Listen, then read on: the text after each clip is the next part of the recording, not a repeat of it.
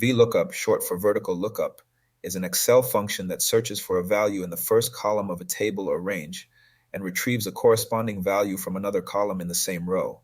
VLOOKUP is one of several lookup functions available in Excel, including HLOOKUP and XLOOKUP, all designed to help you locate and retrieve data from your spreadsheets. While VLOOKUP focuses on finding a value in the first column of a table and returning a corresponding value from another column in the same row, other functions offer similar features with distinct capabilities. The syntax starts with an equal sign, followed by VLOOKUP and open parenthesis. Inside the parentheses, you'll find the lookup value, which is the value you want to search for in the first column of the table, and the table array, which is the range of cells containing the data. Next is the column index number, which indicates the column within the table array from which you want to extract the corresponding value. This number is crucial because it tells Excel which column's data to return based on the matched lookup value. For example, if your table array spans 6 columns and you want to retrieve data from the third column, you would enter 3 as the column index number. It's important to remember that Excel starts counting columns in the table array from 1, beginning with the leftmost column. Finally, there is the range lookup argument, which determines how Excel searches for the value within your table. It specifies whether you want the function to return an exact match or an approximate match for the lookup value. Here we have a data table that contains columns for employee ID, employee name, department, position, salary, and location. If we need to determine the department for a specific employee using their employee ID, doing this manually can be time-consuming, especially with a large data set containing numerous rows. Instead of scrolling through the table or using a search function to locate the employee ID and then manually noting the department, we can streamline this process with VLOOKUP. To do this, let's first specify the employee ID for which we want to determine the department for in cell I2. For example, let's use employee ID 1043. Next, in the adjacent cell where we want the looked up value to appear, we will type an equal sign followed by VLOOKUP and an opening parenthesis. Inside the parentheses, we'll first specify the lookup value, which is in cell I2, so we select that cell. Next, we will specify the table array, which is the range of cells containing the data.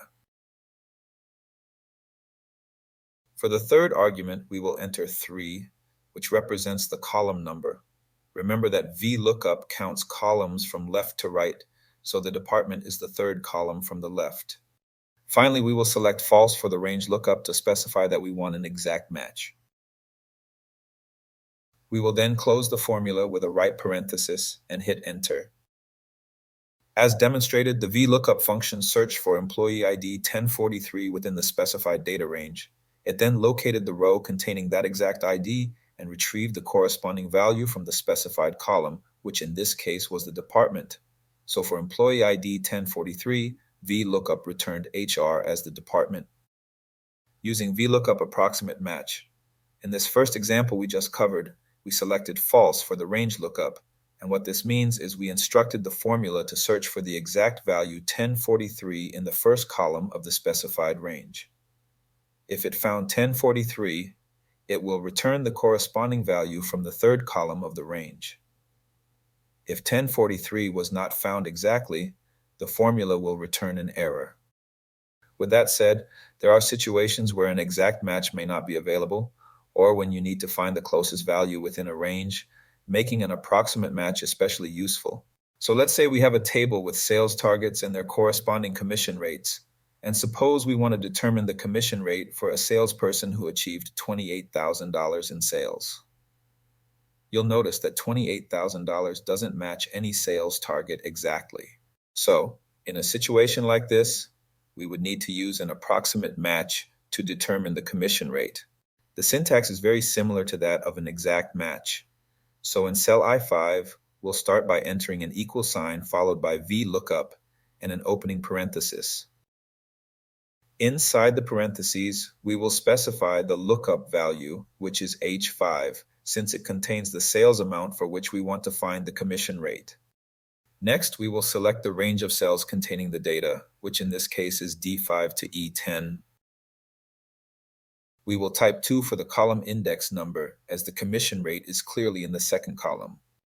For the final step, we will select true since we want an approximate match. Excel provides the option to choose either true or false, so we will click on true to enable approximate matching. We will then close the formula by adding a closing parenthesis and press enter.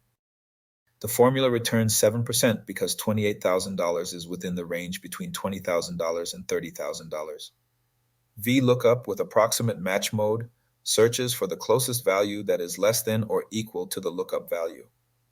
In this case, the closest lower value to $28,000 is $20,000. Therefore, the formula uses the commission rate associated with this range, which is 7%. Overall, the approximate match is useful when working with data that is organized into ranges or intervals, and you need to find the closest match to a given value within those intervals. Using wildcards with VLOOKUP. Sometimes you might only have a partial lookup value like a segment of a product name, or you might be dealing with data that has inconsistent formatting or variations, such as extra spaces, prefixes, or suffixes, which makes finding an exact match challenging. In situations like these, using VLOOKUP with a wildcard becomes especially useful. Excel provides several wildcards that can be used with VLOOKUP, including the asterisk and question mark. And these are special characters that can stand in for unknown characters in a text value and are handy for locating multiple items with similar but not identical data. With that in mind, let's consider a more specific example. Suppose we have a dataset with employee names, IDs, and their respective departments. We want to find the department for an employee named John Smith, but we're unsure of the exact spelling of the last name. If there's a misspelling, it could lead to an error. So to avoid that, we will use a wildcard in a VLOOKUP formula. In cell J3, we will type an equal sign, followed by VLOOKUP and an open parenthesis. Inside the parentheses, we'll enter the lookup value as usual. However, since we're unsure of the exact spelling of John's last name, we'll type John followed by an asterisk. The asterisk acts as a wildcard, enabling us to match any text that begins with John and is followed by any sequence of characters. Next, we will select the table array, which will range from C3 to E12. After that, we'll specify the column index number, which is 3, since the department is in the third column from the left. Finally, we will select false for an exact match, close the formula with a closing parenthesis, and hit enter. As demonstrated, the VLOOKUP function successfully returns the correct department for John Smith, thanks to the use of wildcards. This feature is especially valuable when working with data that may contain spelling errors or inconsistencies. By using wildcards, you can search for partial matches and avoid errors that might occur if the data isn't perfectly uniform. Combining VLOOKUP with IFERROR. The IFERROR function can be combined with VLOOKUP to handle situations where a lookup value is not found, providing a custom error message or alternative result instead of the standard NA error. So, imagine we have a table containing employee IDs and their corresponding names, and we want to search for an employee with the ID E006. In cell H4, we would normally write a formula like this, an equal sign followed by VLOOKUP and a left parenthesis. Inside the parenthesis, we'll specify the lookup value, then the table array. Then we will add the column number and range lookup. Finally, we will close the formula with a right parenthesis and press enter. As shown, the formula returns NA because the lookup value, E006, is not found within our table array. This NA error occurs when VLOOKUP can't locate the specified value. In situations like this, the error can be handled more gracefully by using the IFERROR function, which allows us to return a custom message instead of the error. So let's say we want to search for E006 in our table. Using IFERROR with VLOOKUP, we can modify the formula like this. We will begin by typing an equal sign followed by IFERROR and a left parenthesis. Inside the parentheses, we'll enter our usual VLOOKUP syntax. This includes typing VLOOKUP, followed by an open parenthesis, then the lookup value, the table array, the column number, and the range lookup. Now remember that the VLOOKUP function is wrapped inside IFERROR, which means we need to specify what should happen if the VLOOKUP results in an error. So let's use not found as the value to return if an error occurs. We will then close the formula with a right parenthesis and hit enter. So as shown, instead of returning the standard NA error, which might be confusing, the formula returns not found, providing a clear and understandable message. By handling errors gracefully, we ensure that our spreadsheet operates more smoothly, even when data is missing or input values are incorrect. VLOOKUP with dynamic column index match. In VLOOKUP, the column index number is usually a fixed value. However, if your data set is dynamic and the column order might change, or if you want to add flexibility to your formula, you can use the match function to determine the column index dynamically. So to do this, we first need to have a basic understanding of what the match function does. The match function in Excel is basically used to search for a specified value in a range of cells and return the relative position of that value within the range. To determine the relative position using the match function, you need three key elements: the lookup value, the lookup array, which can be a row or a column, and the match type. The match type specifies whether you want an exact match, the largest value that is less than or equal to the lookup value, or the smallest value that is greater than or equal to the lookup value. So let's say we want to find the position of Q2 sales in the column header. We would start by typing an equal sign, followed by match, and then an open parenthesis. Inside the parentheses, we'll specify the lookup value as Q2 sales, the lookup array as B2 to E2, and finally, select 0 for an exact match. We will then close the formula with a right parenthesis and hit enter. The formula returns 3 because Q2 sales is in the third column of the specified range. Similarly, if we want to find the row number of product B in this dataset, we will set the lookup value to product B, the lookup array to B3 to B5, and select 0 for an exact match. Again, the formula returns 2 because product B is located in the second row of the specified range.